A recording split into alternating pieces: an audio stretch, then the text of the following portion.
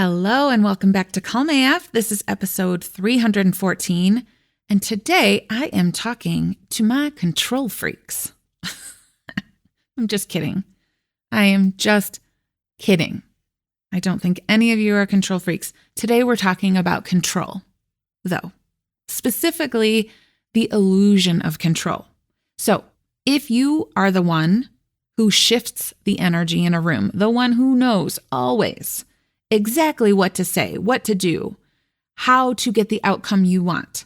If you are the person who anticipates everything that could go wrong, everyone's needs before they even realize them, this episode is for you. My control freaks.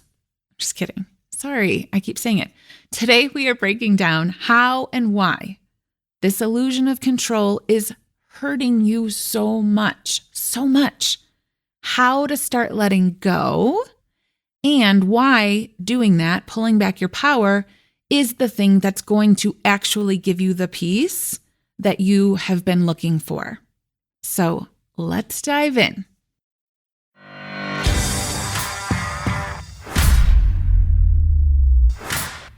So if I were to ask you, do you believe that you are controlling the world around you? You would probably say no. Because logically, you know you can't actually control the things that are happening outside of you out in the world. You can't control the weather. You can't control the government, no matter how hard you try. You know logically that the way to actually control someone's thoughts or feelings or moods or actions would be to actually get inside their brain or somehow have some sort of a probe and zap a certain neural pathway so that they think that thought or feel that feeling or do that thing. Logically, you know that you can't do that. You aren't doing that. But logical and dysregulated don't work together. I know that you do believe that you're controlling things because you have so much proof and you like to tell me. My clients love to tell me, like, I know, but, right? They're like, listen, what about that time I walked into that meeting where everyone at the table was a no, and by the time I left, they were all a yes. What about that?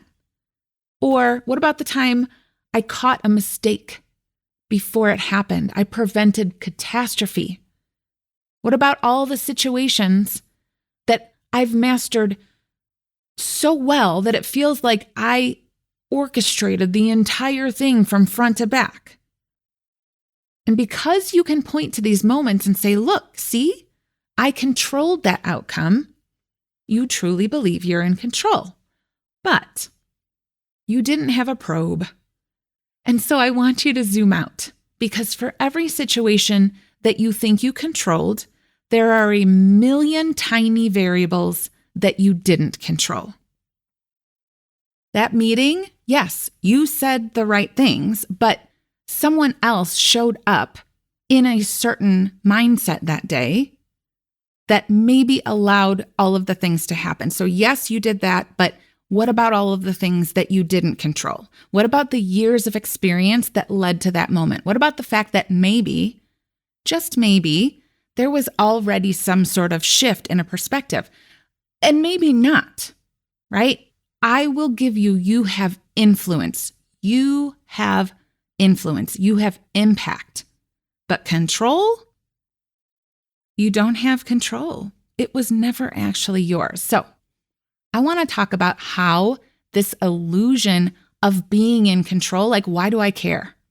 Why do I care so much that you feel like you are controlling the world? Because it is hurting you in so many ways.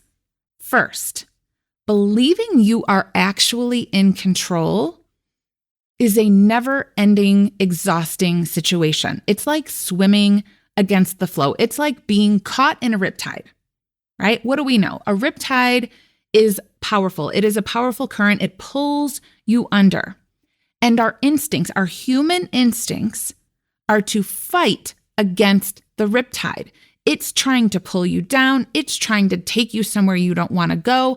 And your instinct is to swim as hard as you can toward the shore to try and overpower that current. But if you've ever learned the actual way to survive a riptide, you know that that is the exact way to drown. The way to survive is to stop fighting it, to surrender, to relax. They literally say you need to relax and float. Let the water take you where it's going, and you just swim with it. You swim parallel to the shore until you are out of that current. Now, this is exactly what happens when you're gripping onto control. You think you have to push harder, you have to fight more. The more you fight, the more you resist, the more exhausted you become. You are never actually in control of the riptide. You were never in control of it in the first place. And surrendering to a riptide, which is the way you survive, is not giving up. Surrendering isn't like, well, guess I'm just going to drown here. Surrender to the riptide is to stop fighting what you can't control.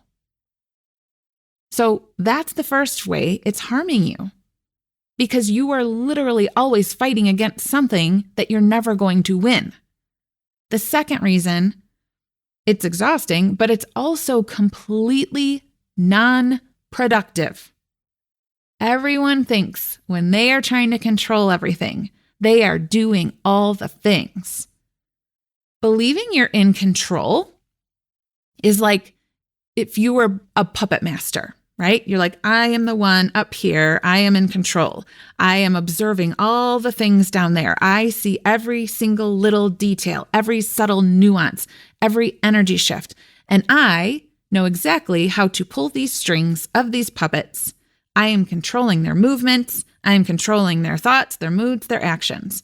So you're up there as the puppet master. You are sweating. You are running from one side of the stage to the other because, as the good puppet master energy manager that you are, you're like, listen, what you think, general public, is that when I pull up on string A, string B goes down like this. But what I know that you don't know, but I know because I am in control, is that yes, when I pull up on string A, it impacts string B. String B goes down like this. But I also know the snowball effect. I know how it impacts string C and string K and string D and string F.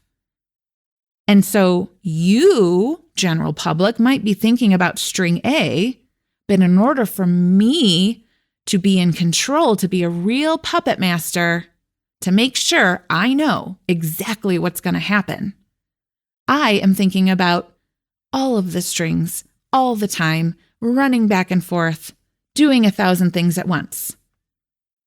That's how I stay in control. Okay? So you're doing it. You're like, yeah, no, I really am. It's really good for me to be thinking about all these things. And you get to the end of the puppet show and you're exhausted and you're totally spent and you're like, yeah, it was hard, but I made it happen. I thought of everything and nothing went wrong. So you tell me, am I controlling everything or not?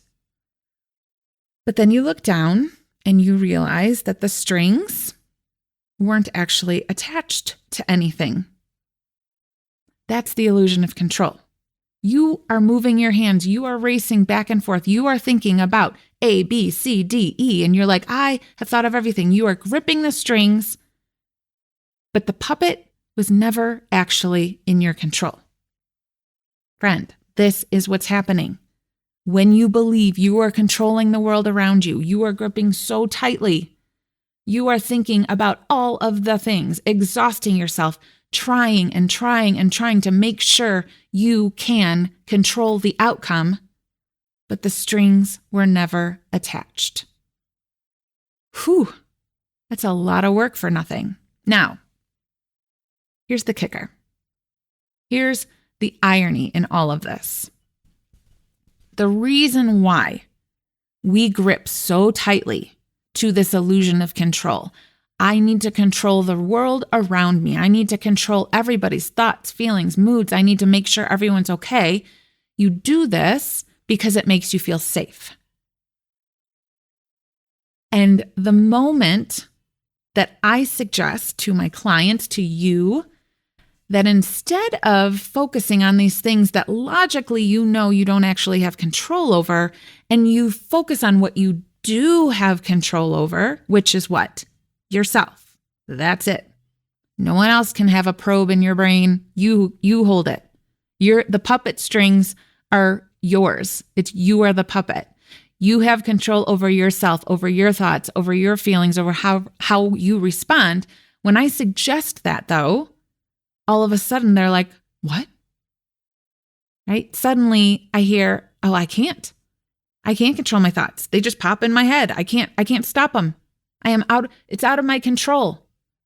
I can't stop myself from spinning out. I can't slow down my feelings. I can't manage my emotions. So let me get this straight. You believe that you have the ability to control every single person around you. You are in control of the energy. You are in control of the situation. But the one thing you don't have control over is yourself. So who's in control of you? Who's holding your puppet strings? Do you see the irony?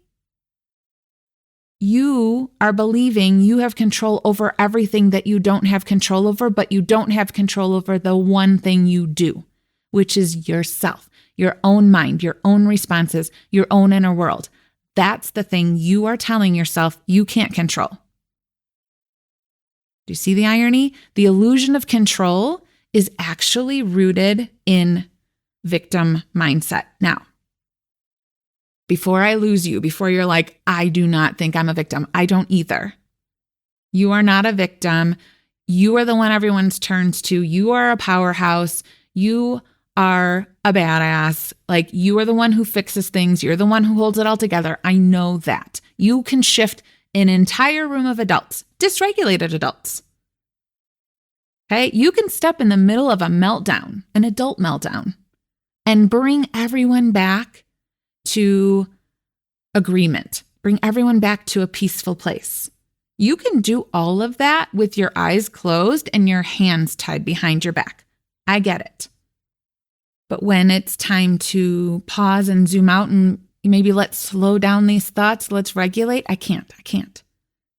You think you're controlling the world so they can feel better. But underneath it all, the truth is that it's because you don't believe in your ability to control the only thing you actually have true control over: your thoughts, your feelings, your energy, your actions. So no, I will never suggest that you are a victim, that you are weak, but you do believe underneath it all, in your subconscious, that your well-being is at the mercy of the external world. This makes you a victim to your circumstances. That's why it's a victim mindset. Not because you are on the floor in the fetal position and you can't handle anything. Of course you can. Victim mindset means that you are at the mercy. Your well-being is always dependent on things that are outside of you. That does make you a victim because you can't control that. So, what do we do instead? First, you surrender. Please know, again, surrender isn't giving up. You are not throwing your hands up in the air and saying, fine, I give up. Nothing matters. I'm going to stop trying to get out of this riptide. I'm just going to drown. Surrender is releasing the grip. It's realizing that all this time you've been exhausting yourself trying to hold on to something that was never yours. It's floating in the riptide, even though every instinct is screaming at you to fight, because panicking always makes it worse. Surrender is letting go of the puppet strings because you see now that what you were gripping onto wasn't actually attached to anything. It's realizing that control was an illusion and that the real power, the only power, has always been in how you choose to respond. When you let go of the exhausting effort of trying to control the uncontrollable, you create space to actually focus on the one thing that you can control, which is yourself. Does that mean that you aren't in control of the bad things that happen in the world? Yes, but you were never in control of those. It's okay to let go of something you never actually had control over. And when you do that, when you focus on yourself, your own thoughts and emotions and reactions and energy, you don't just feel calmer.